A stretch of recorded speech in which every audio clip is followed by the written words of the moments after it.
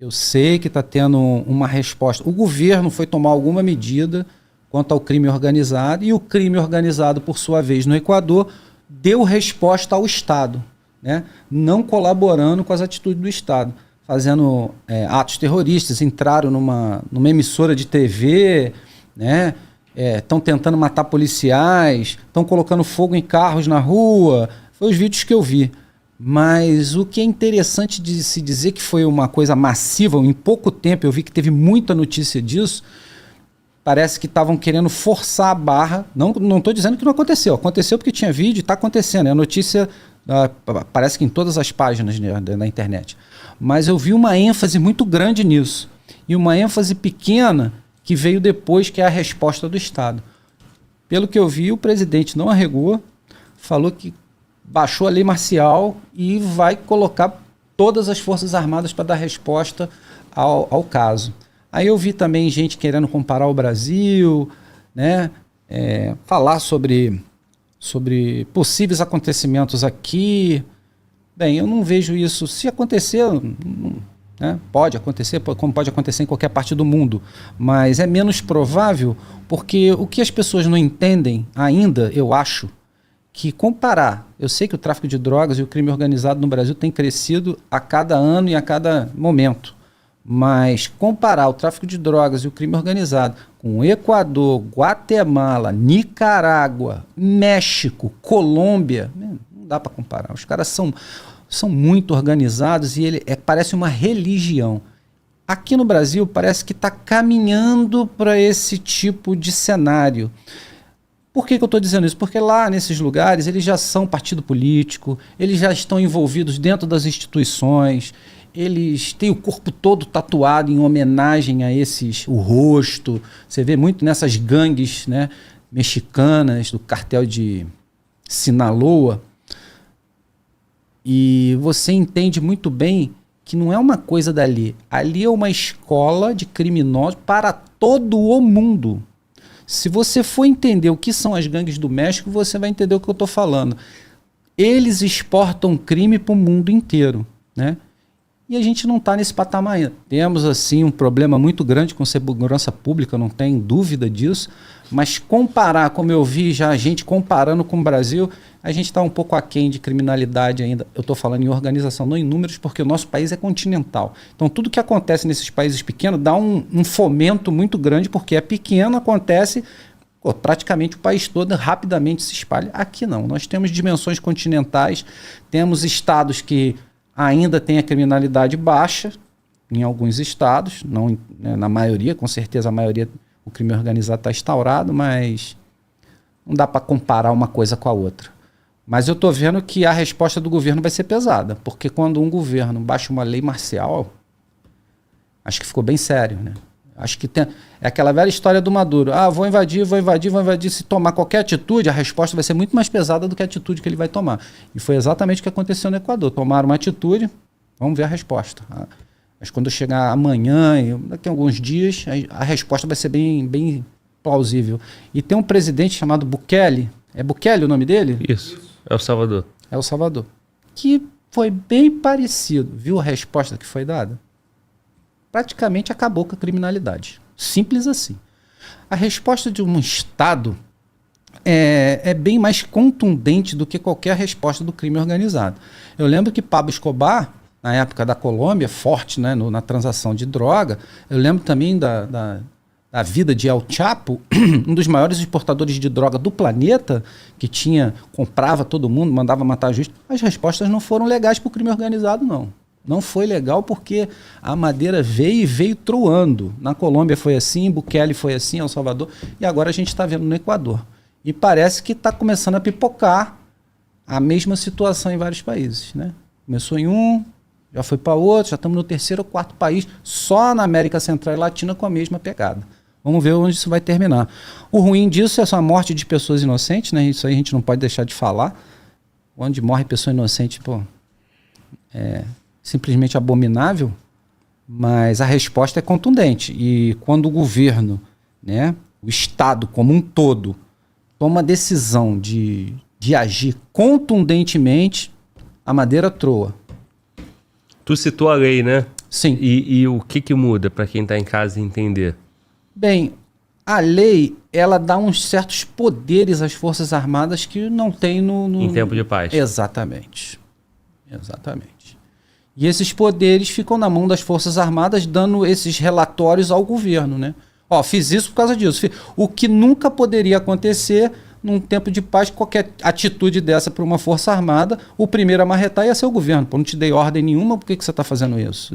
A sua função não é essa, por que você está fazendo isso? E quando isso acontece, a função passa a ser das próprias Forças Armadas. A situação é o seguinte, né? Você fez uma comparação e colocou o Brasil em níveis mais baixos no nível do tráfico de droga, das facções. Sim, sim. Enquanto aqui a gente acredita que o PCC é a maior facção da América Latina. Talvez em termos de números. Isso, de volume, né? De volume, mas a religiosidade não é igual. Aqui eles estão atrás do dinheiro, Glauber. Aqui o que se quer é o recurso. Lá não, lá é religião. Existe uma coisa chamada Imara. Uma das maiores gangues do planeta. Quem conhece e já leu sobre o assunto, agora tem até o Jalisco, né? Que é uma cópia dos Imaras. Tudo começa nesses países que tem guerrilha. Honduras, Guatemala, esses países que tiveram guerrilha da América Central, eles tiveram a guerrilha e os caras que eram de forças especiais, eles foram banidos do exército por causa dessas guerrilhas. E aí eles adotaram o tráfico de drogas. Então eles pegaram toda a tática militar e adotaram. Então virou um tráfico de drogas com técnica militar. E aí nascem todos esses grupos armados de gangue, que até hoje estão só crescendo. E é uma religião, tem ritual para entrar. Você não chega agora, eu sou isso. É um ritual, tem um ritual. É como se fosse uma religião. Então você defende isso por uma ideologia, o que você não vê aqui no Brasil. Você vê até uma tentativa, o cara fala que né, fala as mesmas gírias, mas você não vê o cara dando a vida dos filhos ou da esposa por causa disso. Você não vê. E lá no México e nesses lugares, você vai ver exatamente isso. Exatamente isso. Então, não é em proporções de números, e sim de como o cara se dedica a esse crime. Lá fora é bem mais pesado. Aí, para contextualizar aí quem está em casa, Equador tem um papel importante ali no tráfico de drogas, nas rotas. Sim, sim, e são sim. várias facções. Sim. A união dessas facções, o fortalecimento disso, causou um problema de segurança pública. E nacional. Segurança pública no primeiro momento. Aí o que aconteceu lá? Algo parecido, as analogias com o Brasil, remete ali a São Paulo, aqueles ataques a forças policiais e tal, morte de queima de ônibus. Isso. Só que lá teve fuga de presídio, tem policial refém, e eu olhei uma notícia que dizia que tinham mais de 100 policiais penais e policiais feitos como refém. Uhum. E aí o presidente teve que mudar a lei, porque para utilizar força armada, ele não tinha autorização. Então ele mudou a lei considerando essas facções como terroristas. Olha aí. E aí foi para o enfrentamento. E também, para contextualizar quem é o Equador, o presidente lá é novão, né? Sim, é um cara sim. muito jovem. Acho que ele tem... Os dois mais jovens, ele e o Bukele. E o Bukele, exatamente. E ele foi eleito há pouco tempo. Acho que ele foi eleito A gente falou, passado. Eu não sabia muito tempo, mas você falou, sabia que era pouco tempo. Desculpa, eu não sabia quanto. Então, acho que ele é eleito... No ano passado. Ano passado. Então, um camarada jovem, com um problema já, crônico do país, né? Enfrentamento a tráfico de drogas, fortalecimento dessas facções se unindo, enfrentando o Estado, fuga de narcotraficante. É como se aqui no Brasil o Marcola fugisse lá do Presídio Federal e pegasse um monte de policiais como refém. A gente vai poder fazer um contexto aí com o que aconteceu lá em Israel. Sim. Eles fizeram os ataques e pegaram um monte de refém. É o valor que eles têm, né? Exatamente, o valor de troca, né? De barganha. Isso. E aí tá no terceiro dia, né, desse conflito lá em Equador. Isso vai evoluir. Vai. Pela postura do presidente, ele mudou a legislação, tirou algumas coisas. Eu ouvi falar algo em juiz de garantia, não sei exatamente como é que isso funciona. Também lá. Não sei. e vai para o enfrentamento. Então, esse enfrentamento, já tendo El Salvador e agora Equador aqui, mostra uma postura de um presidente, né, com um problema que é da América do Sul, da América Latina. Principal exportador de droga do planeta. E o Brasil se enquadra em coisas parecidas, porque tem facções, tem tráfico de droga forte e tem uma legislação que não trata eles como terrorista. O que está acontecendo é que lá ficou claramente um sinal afrontando o Estado. E aqui o Estado brasileiro não entende que tem essa afronta ao Estado. Entende que é só negócio. Minha interpretação é essa. A lei do Brasil reflete isso. Eles não entendem que é um terrorista, que esses atos de queima de ônibus e tal não é ato terrorista. Aí aconteceu no Rio, aconteceu em São Paulo, 2006. Lá não, lá foi uma postura diferente. Já mudou a lei e botou a Força Armada na rua. O grande problema desse crime organizado é se envolver na política e na justiça. Que aí eles conseguem ter o escudo que eles estão querendo, né? E, pelo visto, eles não conseguiram esse escudo, né, de política e justiça lá em El Salvador. Então, a resposta foi bem clara. Aqui, parece que sim, né? As leis estão um pouco brandas quanto à atitude aos criminosos. Não, e assim, cara, traz Equador, desculpa, falei El Salvador. Traz um outro elemento, uma tensão diferente, porque esse problema a Colômbia já enfrentou, né? Problema de facções e tal. Aí Equador. Peru também passou por isso. E o Brasil enfrenta do jeito do Brasil de enfrentar. Mas é tão crítico, pô, tu pega Rio de Janeiro, quantidade de domínio territorial, tu pega, pô, rota de tráfico aqui no Brasil, merecia um domínio de cidade, merecia uma legislação mais firme forte. E uma atuação, né? Isso é complicado de falar sobre legislação mais forte porque esbarra de como o governo pensa sobre esses atos, exatamente o que você exemplificou anteriormente. Se você não classificar como um ato terrorista, como que você vai combater? Como um problema social? Aí vão surgir nomes. Segurança pública normal é a mesma coisa? É a mesma coisa. Isso é a mesma coisa do que um roubo de carro, do que um assalto? Estamos vivendo épocas de segurança pública um pouco diferente do que está acostumado a ver. Não sei que rumos vai tomar isso. E Equador escalou. Saiu de um problema de segurança pública e foi para um problema de segurança nacional. Então, que a resposta é muito mais forte. Exato. Você tira da mão dos estados de dar uma resposta, uma pronta resposta, e bota a mão do governo federal em cima.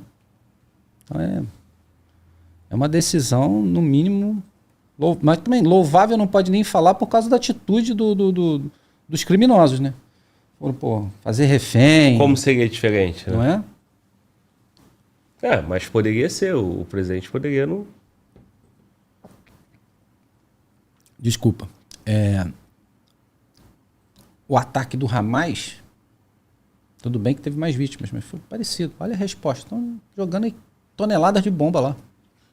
Entendeu? Como é que é a diferença como se lê a violência? Se a gente troca os nomes, não é crime organizado e Equador, não é. É Hamas e Israel. Só trocar os nomes, matar todos os criminosos lá. Você tem alguma dúvida? Vamos exterminar todos. Então, a leitura que você dá ao crime tem muito a ver com o teu histórico, como tu viveu, como você se relaciona naquela área, né? A gente está falando de violência, de que foi colocado como terrorismo. Olha como é que foi tratado lá no Oriente Médio e como está sendo tratado na América do Sul. Praticamente é uma situação parecida, né? Como eu disse, o número de mortes foi menor, a crueldade foi menor, mas está matando gente, está fazendo refém, enfim. É bem parecido. Olha a resposta de um lado, como é que foi, dizimando tudo com míssil, com bomba, com tudo, e no lado que está sendo é complicado. É a leitura de cada país. Tu não vê uma relação muito próxima com o Brasil, cara? O problema de lá? Bem, porque assim... Não pode negar que não pode acontecer aqui, isso é... Aqui tem domínio de cidade. Aqui os caras, vão com ponto .50, os caras destroem a cidade, os caras colocam explosivos, os caras minam Pô, isso não é terrorismo, cara? O Brasil O precisa que- de o o que quê para seria, tratar então? terrorismo? Concordo. Né? Falar de segurança pública é muito complicado. Eu fico só, não é nem triste, mas é temeroso, né? São com os nossos agentes de segurança pública aqui no Rio de Janeiro, que são os policiais militares e civis. Que esses aí vão passar uma guerra. Se isso se voltar, essa mesma temática se voltar para o Brasil, primeira linha de combate é a Polícia Militar e a Polícia Civil. Você tem alguma dúvida? São os primeiros combatentes que vão estar lá. Ó. São os primeiros a sofrer os reveses dessa atitude, vão ser esses caras. Já sofrem, né? Já sofrem. Com domínio de cidade. Todo dia. Mas agora, numa atitude dessa, vão ser primeira linha de combate, não tem dúvida nenhuma. E até se decidir se vai ter reforço ou botar as Forças Armadas ou não, ih, meu filho. Bem complicado esse assunto. Bem complicado. Segurança pública no Brasil sempre foi complicado. Nos níveis menor ou maior, mas sempre foi complicado. Isso aí eu nunca tive dúvida. Desses heróis anônimos que nós temos aí. Nunca tive dúvida.